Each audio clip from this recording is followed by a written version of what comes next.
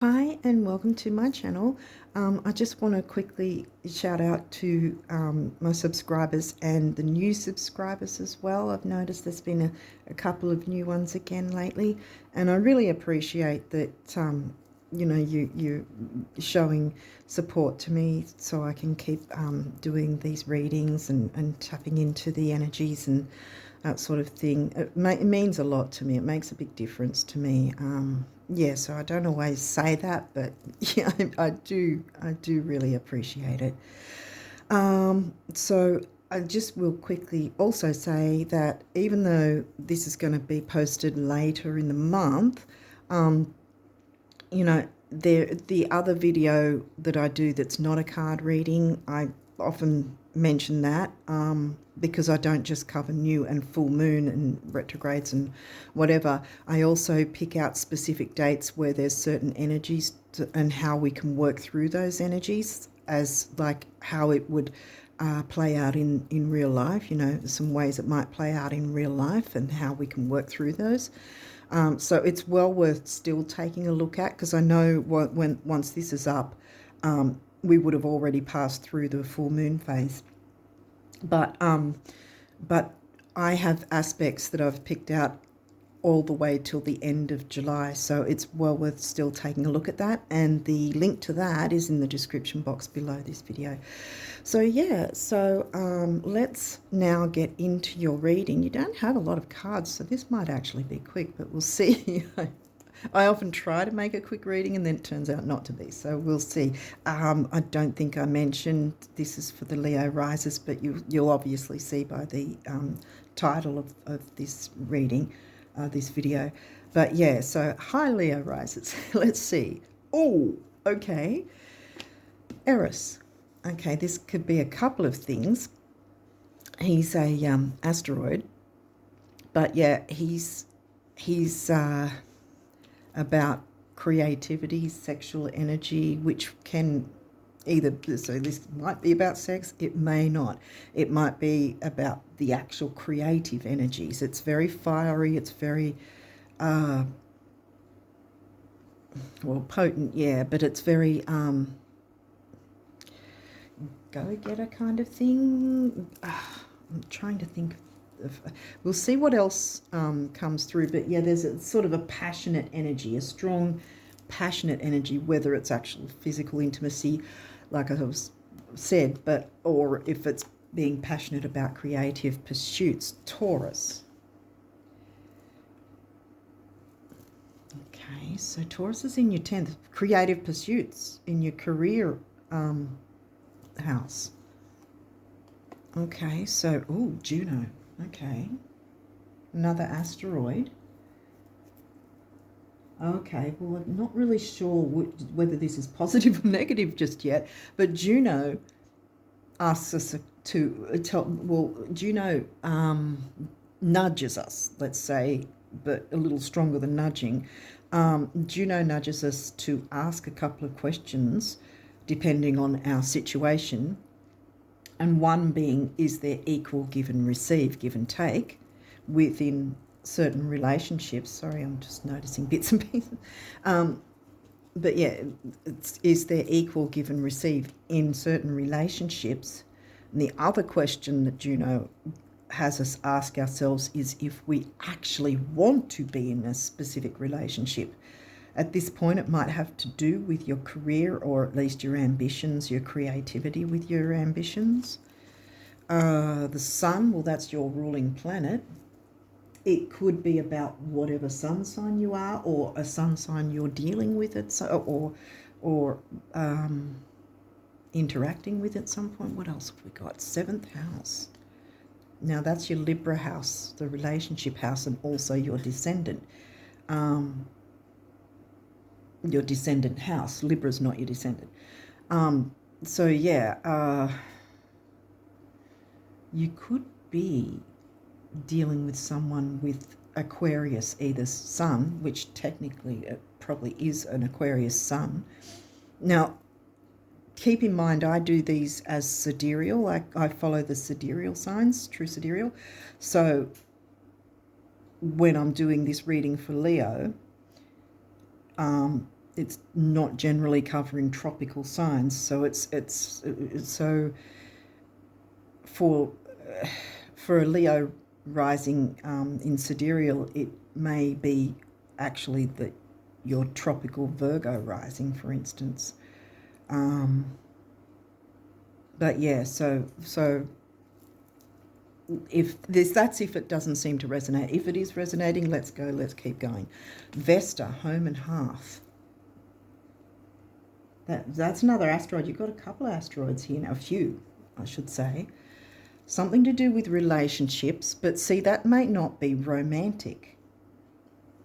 Now, Aquarius is in your 7th, which is a friendly sign. Friends, groups, social circles, and here you've got your Capricorn house as well. So there might be some sort of thing with friendships or group dynamics with your career or your ambitions of some sort in some way. And bringing in a more, well, Vesta, more homely. Ceres is more mothering, nurturing. Vesta is sort of, I get from Ceres and Vesta asteroids, I get the Cancerian vibes usually. And there's what I also get is getting to the heart, or right into the hearth, you know, what's firing you up, what's right at the core. What fires you up within your groups and social circles? Is there an Aquarius that you're dealing with, or you're interacting with in some way? We haven't really got any moon phases here, so I don't know if this is a positive or a negative just yet. What else have we got here? As I say, positive or negative, then we get Scorpio. This energy is intense, masterful, thoughtful, and magnetically charming, but also secretive and possessive. I think Scorpio's in your 4th. Yeah, Scorpio's in your 4th. Home and family. Like I was saying, Vesta and Ceres give me the home and family vibe. There's an intensity in that way. Scorpio's intensity doesn't necessarily have to always be negative. I might move these across because there's not so many that I have to squeeze them in. So I might just move these across. Sorry to reach, but I can't really put my phone anywhere else. The setup doesn't give me a lot of space, so I'm kind of having to reach my arm across the table and all that. So sorry if it annoys you, but I can't really change it at this point. So yeah, anyway, Scorpio, intensity within the home with an Aquarian.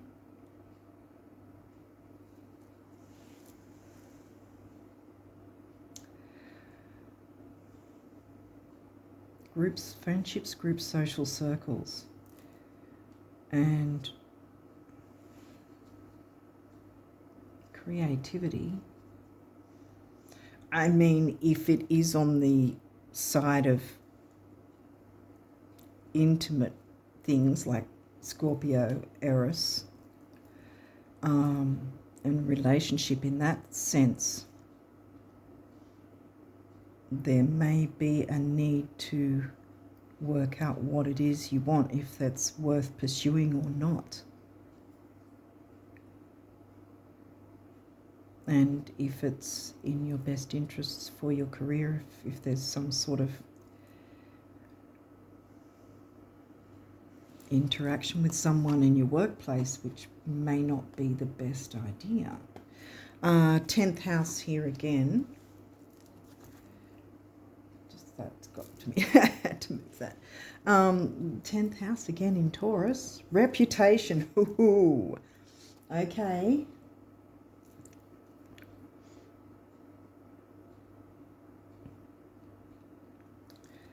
Like I said, fiery, passionate energy can be about creativity, but there's something that's asking you to work out, is there equal give and receive? Whether that is you not giving enough or you not getting enough. You know what I mean? of balanced reciprocation. And whether or not you want to stay in this particular relationship, again, it may be a business thing. It may not be intimate in that sense, but there's some form of intimacy or secretiveness to this. It could be what you're passionate about. Are you both passionate about the same thing? Or if there's a group, is the group sharing the same passion for whatever this creative pursuit is? Or are you showing enough passion for it? It can go either way. Sun being the sun again, which again is your ruling planet.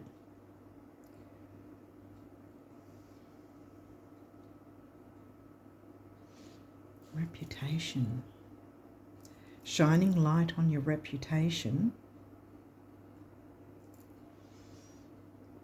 Well, if you want that happening, you want to make sure it's good light that's shining on your reputation. So that might be where this comes in. Maybe it might not be intimacy in terms of, physical, like I was sex, like I was talking about earlier, but with Scorpio and Eris here, it's sort of, it may be for some. But there's still that question, is it worth interacting with someone in this way? Is it encroaching on your career? And maybe there's the need to shine the light on which way you want to go with this, and whether you are wanting to just focus more on your creative pursuits that lift you up and lift others up, that sort of thing. Okay, this particular deck may or may not have reversals. We'll see what happens.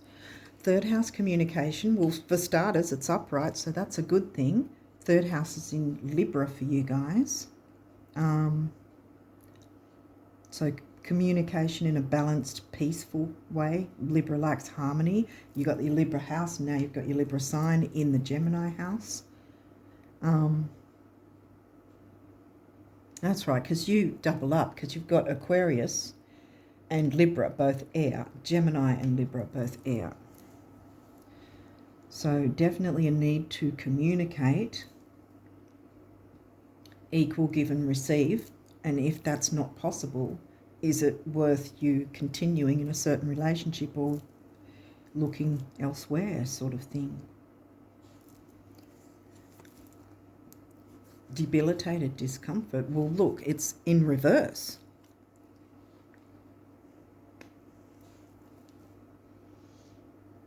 Okay. Let's have Mars motion, forward motion, fieriness, and we've got fieriness from Eris as well. So this may not be so much of a negative. Maybe because this one's in reverse here, and you want this particular card in reverse, let me tell you. So there might be a need. Okay, so we're looking at it a different way now. There might be a need for you to weigh up here the idea of giving and receiving, and being a little more perhaps I get intensity usually, but it says masterful and thoughtful, because Scorpio's like kind of like a shark, where they're investigating, they're looking into, or they're looking at their surroundings, they're quietly taking note of things, kind of thing. And that might sort of be what you need to do in terms of who might be good to work with. They may be an Aquarius, and it's asking you to perhaps look into who would be a better candidate for giving and receiving, or the Aquarius. I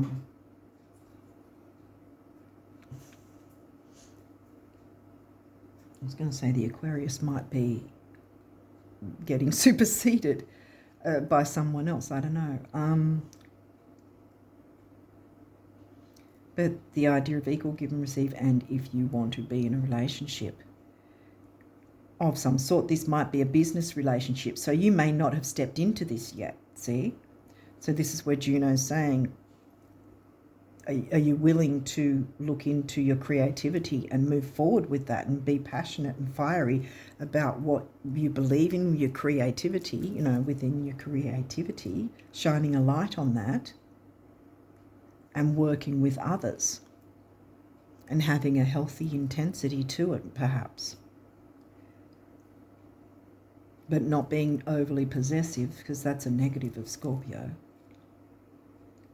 Third house is communication, so being able to communicate to the other, you know, the Libra house, and the friendships and groups and social circles to perhaps build on your business maybe, or build on your career in some way, but together with others, and putting a passion into it, perhaps. Okay, so we'll look at the... Hopefully this is making sense, but yeah, because I was sort of like, until this card came out, I was like wondering which way this might go. But I feel like it's actually a good energy. And it might be that you're a little concerned about opening up and sharing with others, perhaps.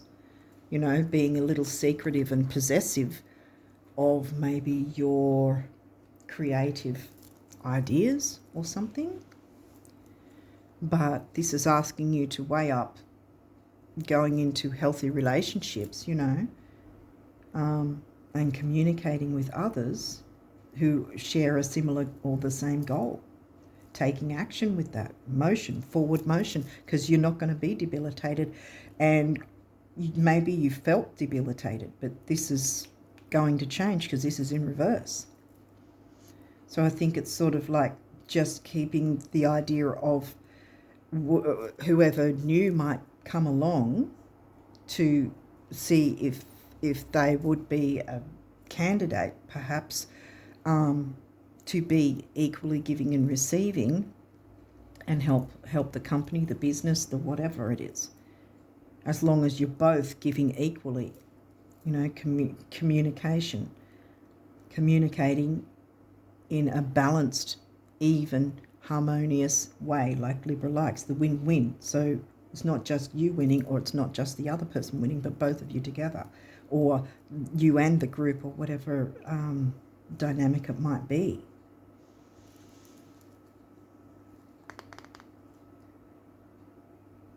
Which will build on your reputation if you're going to mingle with the right people, not just for the sake of clout, you know, just genuine, the right people that will build you up and you'll build them up. You know what I mean? There's a balance. The Libra likes balance. Communicating, Gemini house, balance. Perseverance, 4, the number of the builder. There we go, building with others. And that's green, the heart chakra colour. And then we've got communication, 33, solar plexus. 3 is youth, newness, communication, action, activity. We're taking action, forward motion with the Mars card. Solar plexus, personal power and creativity. Creativity can be the sacral as well, but we've got creativity here already. So personal power. And when I see the master numbers here as well, because this comes to a 6, focus, detail, dignity, and temporary opportunity, which doesn't necessarily mean you'll never get another opportunity, but it's here now, so take it and grab hold of it. And when I see, like I didn't mention it, when I see these double numbers, I usually feel that what it's saying here is that at least one other person is going to benefit from you looking into these energies. So I think it's just a matter of you weighing up who to work with, or what group to work with or connect with in some way that's going to build you up and you're going to build them up, you know, in an even way, which is going to shine light in a good way on your reputation, because 10th house, your work, your ambition, your career, your business. Okay, you only had one of these cards. This is from the universe about your abundance for July. So let's see. $1 million is a lot only when you don't have it. With 10 million, 1 million can practically be overlooked and is therefore much less intimidating. Pretend you have 10 million to the bank, the universe.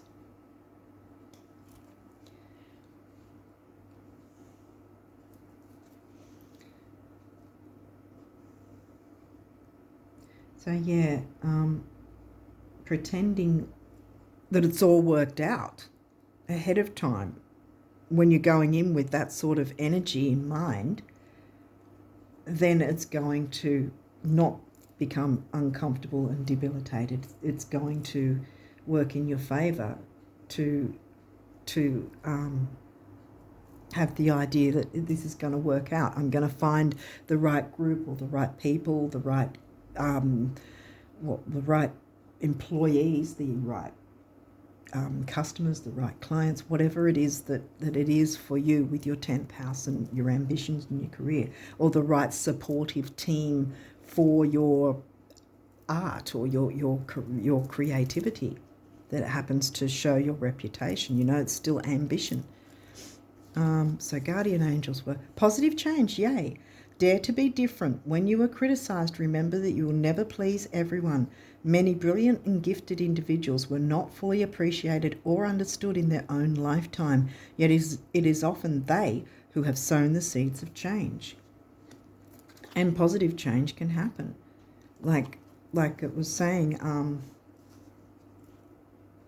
to imagine things actually working out so that when like imagining the 10 million, so imagining it bigger, but not how do I put it, not to a point where you disappoint yourself. You know, it's like you imagine you want to get 10 million, but you get 1 million, and not being disappointed because you've got 1 million when you've never had 1 million before. You know what I mean? So that's what pretty much this is saying, the same sort of thing. So imagine a whole big group and everything, but not being disappointed with something that's still going to be working out for you, if that makes sense. Because something does want to work out. There is going to be positive change. At least have the thought that you're going to find the right people that will build you up and you'll build them up. Dreams. This is a wondrous time of healing and positive transformation. Yeah. Embrace life each moment and keep focused on your dreams. Reclaim the purity of your vision and you'll draw success to you. All you ever wished for, even that which seemed a distant dream, is about to manifest. Wow. What a card to end on. This does seem like a quick reading. I don't know if it was, but it feels like it. But yeah. Just trust that you will find the right group or the right people, person, whatever it is that is needed. Don't be too possessive. Don't be too secretive. But yeah, keep in mind because I mean we can sometimes be bedazzled by you know the what's it called, the glitter and the glitz and the glamour or whatever, and then find that that's not the person. So using your intuition and being discerning, you know, discernment is necessary. That's why Juno's here. Discern if that person is a good fit. Don't always judge a book by its cover either. I feel like I want to say that as well. Read the room, you know, like Scorpio quietly sits back and investigates. Like I said, like the shark investigates before they work out what they want to do. That's why they circle around. Hopefully that's not a trigger for anyone. But yeah, so it's about being open enough to look into, it might be an Aquarian that comes to you and then you both share certain things and then it builds from there with what they can bring or who they can bring for you, with you, to you, and the same. So yeah, just seeing if that person is going to be equal, give and receive, and if you're going to be equal, give and receive to them, and weighing up whether or not that person is the right match for you and you're the right match for them, kind of thing. So that's, I think, what the Juno is asking you to do there. But yeah, I think all in all, it's looking pretty good for you, Leo risers. Hopefully this has made sense, but I think I'll leave it there. Yeah, and don't be afraid to be discerning, but at the same time don't hold back and don't be too secretive and possessive and that sort of thing. Communicate, be open to communicate, and it doesn't have to be uncomfortable. Take the action and there'll be forward motion. So I'm going to leave it here and wish you guys all the best of luck with the rest of July and onwards, and until next time, bye for now.